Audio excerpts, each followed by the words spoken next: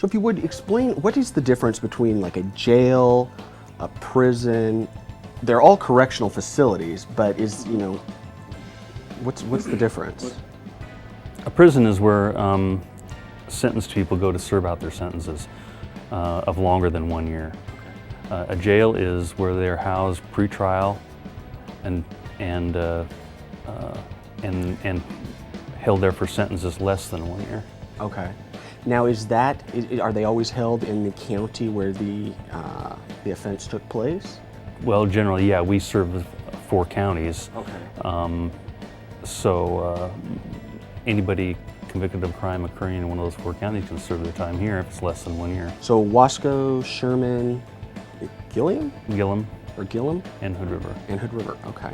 So is there a jail outside of is there a jail in the Dalles other than NORCOR? Or, because I know there's one in Hood River. The old jail in Hood River, part of it was, I believe, still maintained for just a temporary holding to do the intoxilizer, things like that, before they make the trip up to NORCOR to house them. Okay. So if somebody is going to jail, they're not going to be going to Hood River, really? Correct. They may go there for briefly to use the intoxilizer, or they may see that cell if they're there for court and they're taking a lunch break. What is the majority of the offenders that come into NORCOR? What is their offense, or is it totally vary? It varies a lot, but basically it's you get your thefts, drug charges, and other charges that are drugs seem like is always a piece of it. And how often are the repeat offenders? There's a lot of repeat offenders here. A lot of them are local people that maybe some of us that grew up in the area went to school with. So Ben, I don't know, is this your first time in NORCOR? Have you been in here before? I have. This is about my 4th time here. 4th time? Yes. When was your first offense that brought you here? My first offense was 2004. Okay. I was passing through. Okay. I-84. Yeah. Had you been in the legal system then prior to this? I have. Tell me a bit about that. Well, I'm from California originally, so I've done some time down there. Came up here, kind of new start thing. Ended up catching a couple cases up here too. What were they? In this area right here, a couple burglaries. What about in California? California's a little more extensive. Can you tell me about that? Well, I got some assaults down there, a little more person-to-person crimes, drug offenses. Okay. When was your first offense? What age? Oh boy, I started pretty young, 17. Really? 17, I started getting out. And you're how old now? 32. When is your sentence up here? I've got a sanction probation violation. It should be up next month. Okay. The beginning of next month. So what exactly does that mean? That means a post-prison supervision. It means you go to prison, and when you get out, you're on parole. Okay. They call it post-prison supervision. And I got 2 years of that. So in that 2 years, if you do anything wrong, they give you violations. They call it violations or sanctions. Okay. I got 90 days this time. Okay. Now, do you have to stay in the state of Oregon, or? I do. That's exactly what I got busted for, going out of state. Okay. Went down to California, got 90 days. Okay.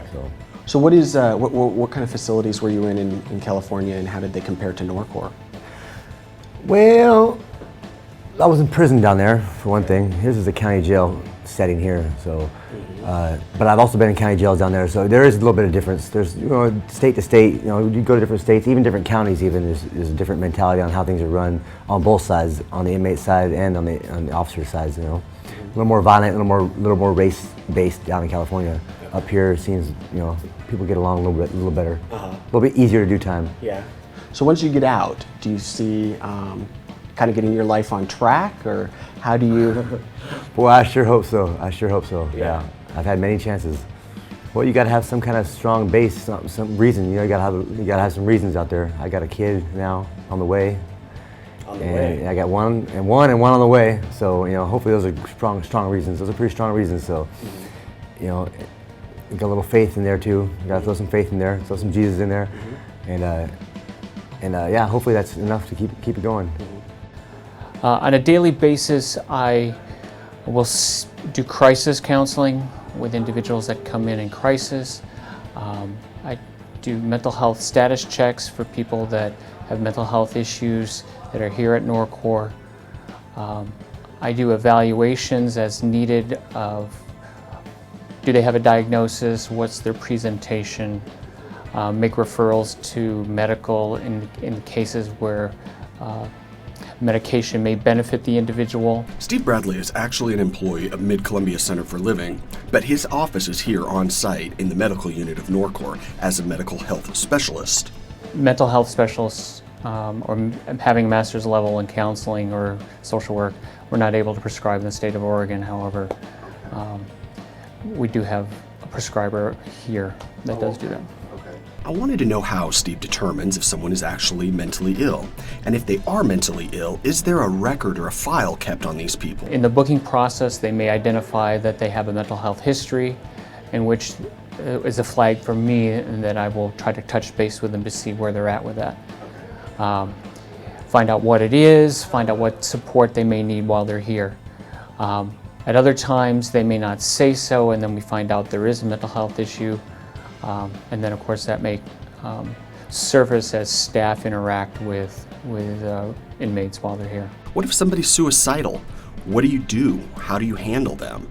I wanted to know what help might even be available to these people once they were released. In cases where they're released from here and still having suicidal thoughts, because I also work for Center for Living, that's where a nice connection occurs, because I can get them connected much more quickly, at least for the crisis aspect, so they can get crisis counseling and try to get connected to get them through that stage in their life. So that's one of the nice things about working for Center for Living down here. When I first had the opportunity to meet Jeff Justison, who's the manager of the juvenile detention facility, I wanted to know if being under 18 means you're a juvenile, then how young can you actually be and still end up here? In Oregon law says that if you're under the age of 12, you have to have a judge's written order before you can be detained in a detention facility. So we have had kids under the age of 12 here, but most of them are 12 to 18. We've had them as young as 9 here. Not very often, not for a long period of time, but for whatever reason the judge authorized that they come in. What kind of offenses are these young people committing, I wondered? Typically, the younger kids, it's usually either fire-setting behaviors or sexually related offenses. And that they just don't feel, whether it's the juvenile department or the judge, don't feel like they can control that child in a non-secure type of setting, or at least have them here long enough to make a plan so they feel like they do have a chance of controlling them. Once these young people have been booked into the juvenile detention facility, who are they answering to? Is it a judge? Is it the detention facility manager? All of the above? And where are their parents or legal guardians during this whole process, and what is their involvement? They're a party to the case. Just like if you or I did something and we were in front of a judge, we could have our attorney who would be a party to the case. The kids' parents are a party to the case, and while they don't have the final say, they have a say. The juvenile department has a say. The district attorney might have a say.